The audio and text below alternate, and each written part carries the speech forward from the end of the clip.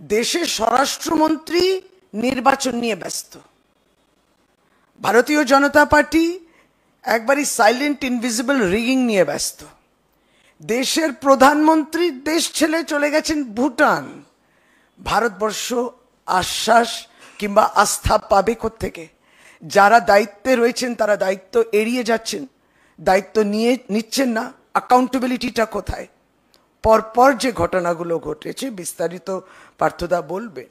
আমরা কিন্তু যেটা বলছি, মানুষের মৃত্যু হয়েছে, death of civilians, death of army personal হয়েছে।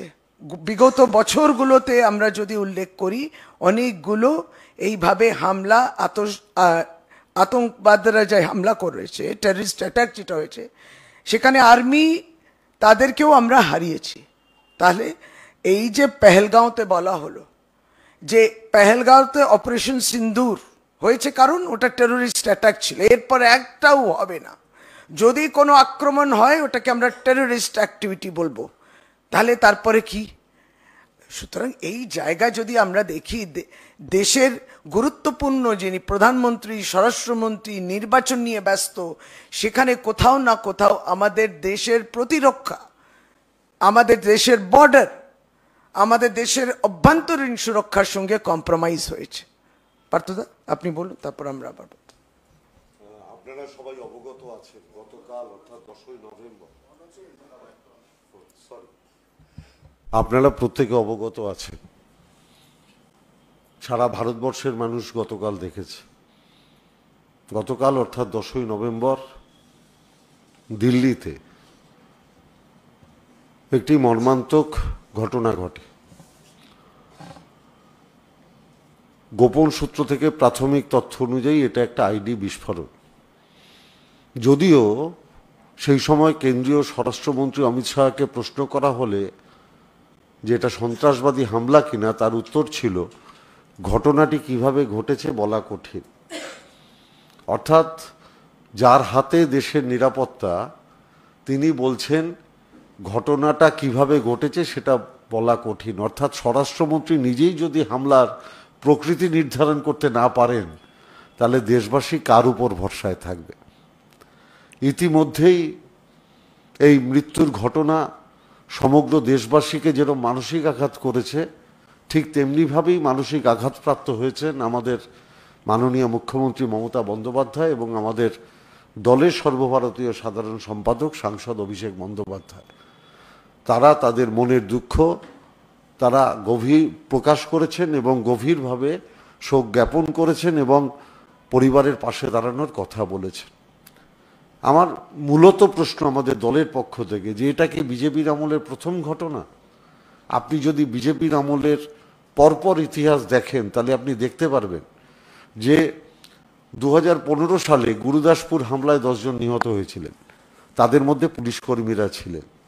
আপনি ওই 2015 সালে উধমপুরে বিএসএফ কনভয়ের উপরে সন্ত্রাসবাদী হামলায় জওয়ান আর সাধারণ মানুষ প্রাণ হারায়। আপনি যদি দেখেন 2016 সালে উরির সেনা শিবিরে সন্ত্রাসী হামলায় 17 জন শহীদ হন। এই ঘটনা ঘটেছিল যখন প্রধানমন্ত্রী নরেন্দ্র মোদী আর স্বরাষ্ট্রমন্ত্রী অমিত শাহ, তারা দুজনে প্রচার করেছিলেন যে আমরা দুজনেই হচ্ছি জাতীয় নিরাপত্তার রক্ষক। সেই একই বছরে পাঠানকোটে 7 জন ভারতীয় সেনা আর 1 জন বেসামরিক নাগরিক তারা নিহত হন।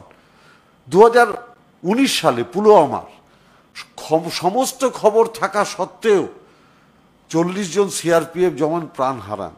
আপনারা জানেন যে তৎকালীন রাজ্যপাল সতপাল মালিক পরবর্তীকালে কি বলেছিলেন? উগ্রপন্থীর হামলার খবর ছিল, কিন্তু তাদের জন্য কোনো হেলিকপ্টার কিংবা কিছুর ব্যবস্থা করা হয়নি। মারা গেলেন আমার 40 জন সিআরপিএফ জওয়ান। আর নিজেদের গাফিলতি ঢাকতে গিয়ে তারা দেখাতে লাগলেন যে আমরা পাকিস্তানের বিরুদ্ধে কতটা আক্রমণাত্মক।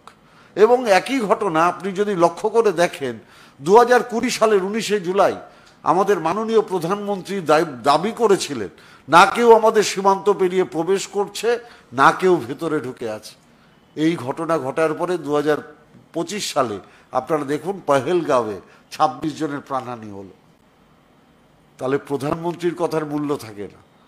দেশের স্বরাষ্ট্রমন্ত্রীর কথার মূল্য থাকে না। দেশের মানুষ নিরাপত্তাহীনতায় ভুগছে। সকালবেলা ফরিদাবাদে বিস্ফোরক রাইফেল পাওয়া সত্ত্বেও কোথাও রেড অ্যালার্ট জারি করা হলো না। রেড অ্যালার্ট জারি করা হচ্ছে কখন না, ঘটনাটা ঘটে যাওয়ার পরে। তাহলে কি বিজেপি সরকার চাইছে এই ঘটনা ভারতবর্ষে বারবার ঘটুক? এবং এই ঘটনা যতবার ঘটবে ততবার ওরা পাকিস্তানের বিরুদ্ধে জেহাদ তুলে ওরা এই ধর্মের ভিত্তিতে যেরকমভাবে ভারতটাকে ভাগ করতে চাইছে সেরকমভাবে ওরা এই ধরনের ইস্যু তৈরি করছে। তার মানে কি এই মৃত্যু বিজেপি চাইছে? এটা তো ভারতবর্ষের মানুষের জিজ্ঞাস্য। নইলে একের পর এক হামলা, একের পর এক ঘটনা, এটা ভারতবর্ষের মধ্যে হচ্ছে কি করে? আগে ভারতবর্ষের এইসব ঘটনা ঘটতো সীমান্তবর্তী এলাকায়। আমরা দেখেছি উগ্রপন্থী হামলা হতো সীমান্তবর্তী এলাকায়। এখন এটা দেশের মাঝখানে এসে পড়ছে। দুঃখের সাথে বলতে হয়, এর আগেও যে উগ্রপন্থী হামলা দিল্লির উপরে হয়েছিল, পার্লামেন্ট আক্রমণ হয়েছিল, সেটাও কিন্তু বিজেপি সরকারের আমল ছিল। তাই আমাদের সুনির্দিষ্ট দাবি যে দেশের মানুষ নিরাপত্তাহীনতায় ভুগছে, দেশের মানুষ আতঙ্কগ্রস্ত, দেশের মানুষ বুঝতে পারছে না কখন এই নিরাপত্তা বলয় কমে যাওয়ার কারণে কখন কোন জায়গায় কোন হামলা এসে পড়বে।